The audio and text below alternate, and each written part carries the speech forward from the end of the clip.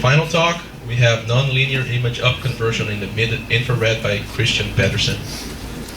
Stage is yours.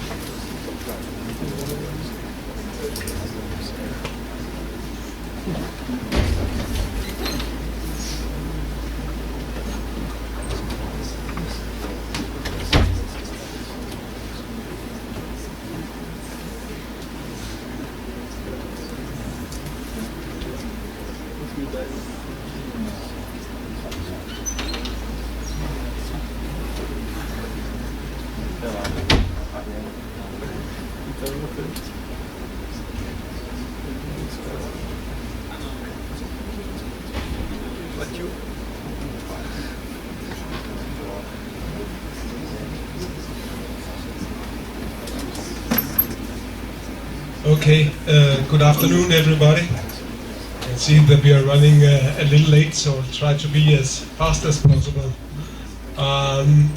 This talk here will be about nonlinear image up conversion in the mid-infrared. So as you can see, we are shifting gear a little bit from the wireless. This work has been done with two of my very good colleagues, Jeppe Seidelin Dam and Peter Tidemand Lichtenberg, as well as several master students and also a few PhD students along the way. Let me just try to give you a small introduction.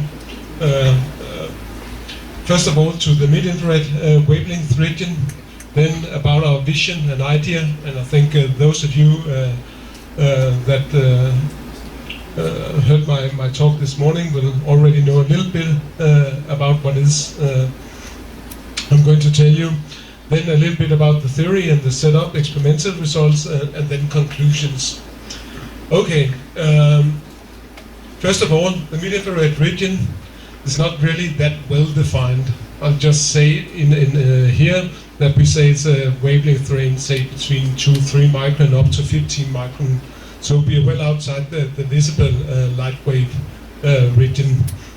And the interesting part about interesting thing about this region is really that we have very strong absorption from gases, strong emissions, particularly all the greenhouse gases are found here, and we have all these clear chemical signatures of large molecules. Basically, what we can probe is the backbone of large molecules. The vibrational spectra, they are located here. And however, there is one big problem, and that is thermal noise, because in that wavelength region you also see the wavelength of normal heat emitted from room temperature bodies. So there's a lot of noise which we are not used to have in the visible range, where we are usually working with optics. So it's very interesting because it's a good chemical window. However, there's a lot of noise in it. And what people are really fighting in this wavelength region is called this dark current. And dark current is something that you will have in your detector due to the fact that the detector material itself has a certain temperature, and thereby according to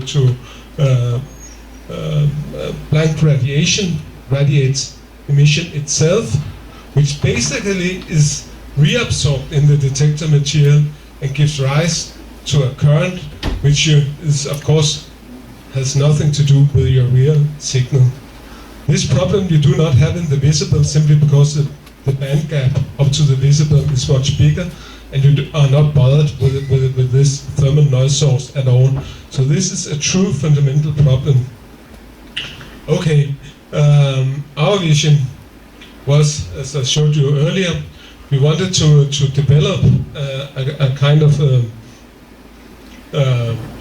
module that we could use for detection of mid-infrared images.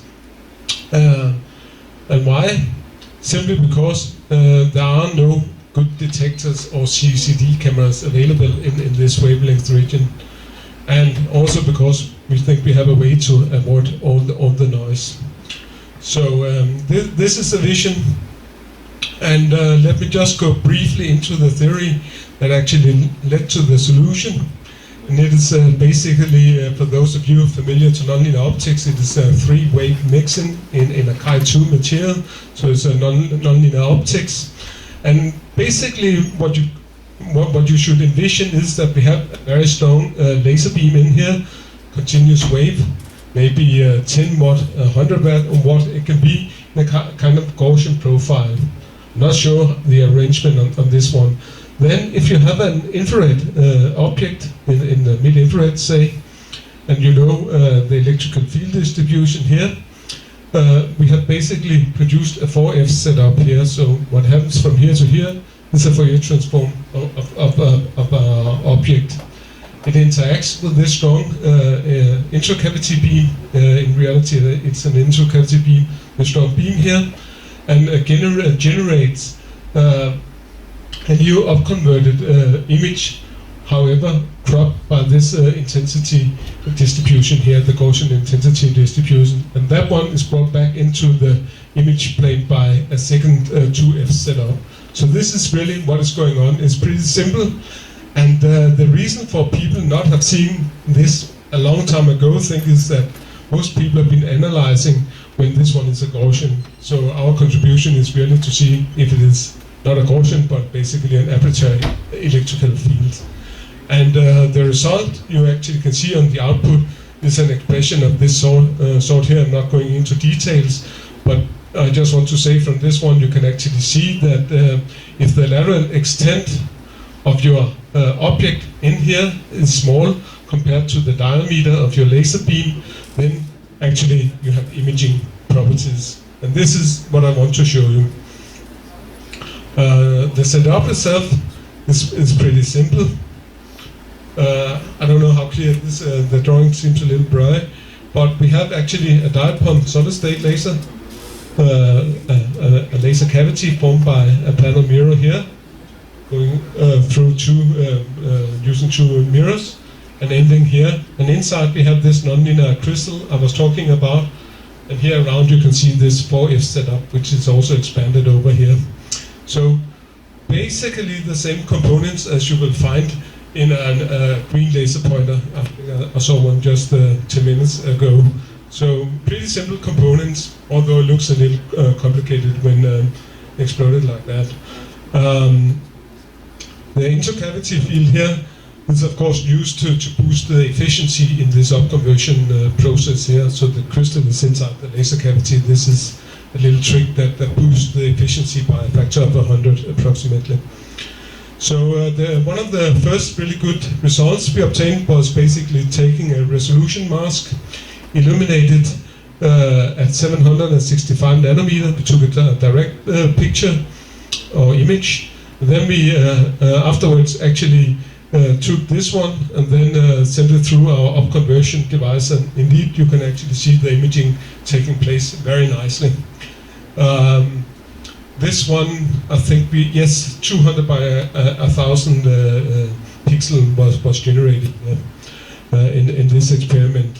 So it clearly shows that you can make image up conversion in this fashion here. So one of the things we actually did was, okay, we thought this is completely new. But it was not. Actually, it turned out in the 70s, early 70s, people had been working with some similar ideas, but the whole thing was abandoned around 1980 due to extremely low conversion efficiencies. But due to this intercavity design that we used and better crystals, actually we are up around 20% quantum efficiency now in conversion of the infrared to the visible. So basically every 1 in 5 photons are actually upconverted. And note, if you go into the energy conversion, it's much higher because we are producing much more powerful photons. So when we go, say, from 3 micron to 800 nanometer, we gain an actual factor of about 4 in power, so we can have very high power-to-power conversion efficiencies. The noise, let me return to that. I was already touching up on this with the thermal noise source being related to the absorption, because if you have a material, it absorbs. When it absorbs, it also really emits light. However, in our case, we do not have any absorbing material whatsoever involved.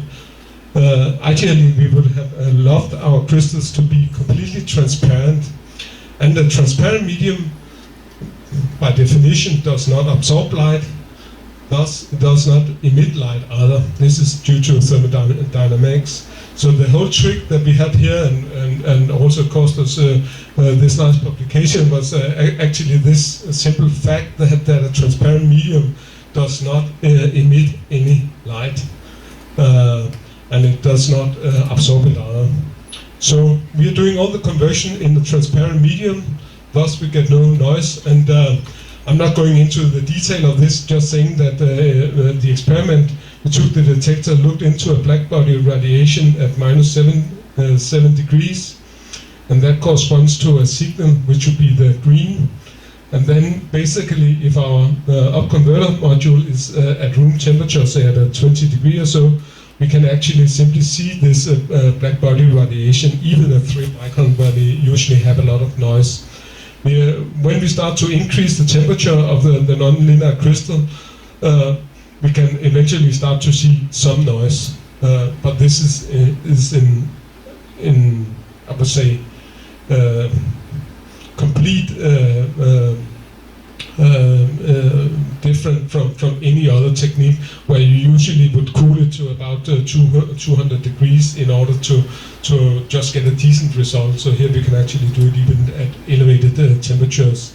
And what you see out here is basically, we took also a CCD camera in the visible that could image single photons, and actually we up-converted single photons up here from the 3 micron. So indeed it is extremely sensitive. And this is how the module look like. It can be much smaller. Actually, I envision it could be the size of a green laser pointer if necessary. It's the same sort of components involved and set up. So just to conclude, it has several advantageous features. It has a pretty simple setup. There's extremely low noise. Can easily be configured for different wavelengths interval. It is an all optical method, so you don't need any electronics. The whole conversion happens at the speed of light, image in, image out, so you can follow even the fastest processes you would like to look at.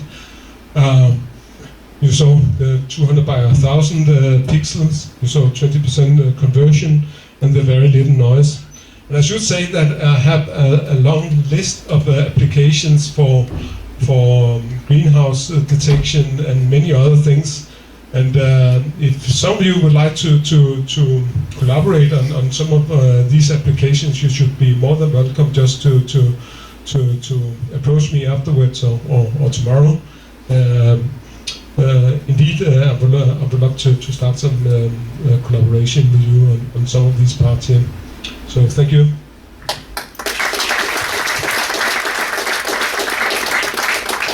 Thank you very much. Any questions from the audience? Well, I may have one question. Yes. I mean, looking at the conclusion slide, it seems to be too good to be true. I mean, because there are no downsides. Is there any roadblock, anything that's... I would rather say there are features in the sense that, for instance, we cannot upconvert, say, a full 5 micrometer bandwidth in one go, for instance. However, what we can do, on the other hand, we can tailor it so we can look at images. We've done that, say, at the 3.25 micrometer, and only a small bandwidth of 3 nanometers or so, or 1 nanometer, so we can do spectrally resolved images. So you could say that we cannot take the full span in one go, as you usually can with an absorption process. You take a broad bandwidth. So I would rather say some differences. Yeah. Well, yes. Anyone else? Well, guess that's it. Let's thank the speaker once more.